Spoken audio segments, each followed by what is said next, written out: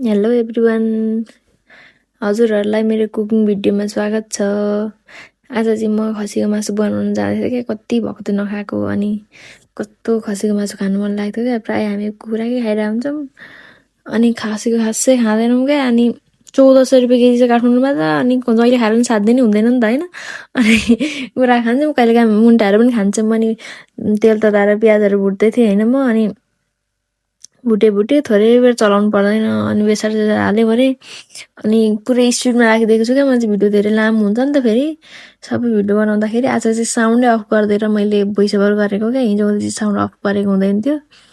अनि मासु पनि उहिऱ्यो अरे, अनि चलाउँदा गरी अब धेरै बेर चलाएको भिडियो राख्दा त हुन्छ नि त, त्यो कट गराएर अलिअलि मात्रै राखिरहेको छु, नुन सुन हालेँ। अनि त्यहाँबाट झरेर एउटा टिपेँ। अनि भिडियो बनाउँदा है लाइनै झ्याप्पै गयो, अँध्यारो न अँध्यारो भयो। अनि अब भिडियो बनाउनु त छोड्नु भएन, अनि मोबाइलको टच बालेर भए पनि भिडियो चाहिँ बनाउन छोडिनँ। अनि बेला बेला उगार्दै चलाउँदै पनि गरिरहेको थिएँ होइन। अनि हेर्नु न, भुट्दा मासु नै रातो भइसक्यो, लाइनै आउँदैन, मसला पिस्नु पर्ने। अब के चाहिँ गर्ने होला, सबै रेडी बनाइसकेको थिएँ।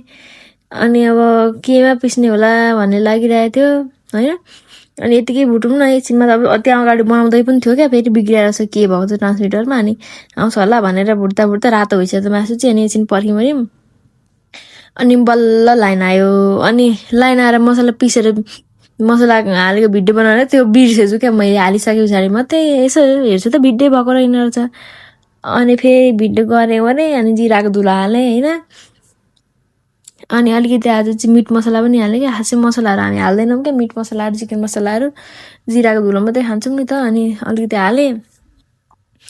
अनि अब अरू दिन चाहिँ म भोइस ओभर गरिदिन्थेँ क्या, नर्मल साउन्ड भएकै भिडियो बनेर आए हुन्थेँ हिजो अस्ति हुँदै चाहिँ। आज चाहिँ भोइस ओभर गरिदिउँ न त भनेर अनि भोइस ओभर गरेको। अनि चलाउँदा गरी अब त पाक्नु पनि लागिसकेको थियो नि त।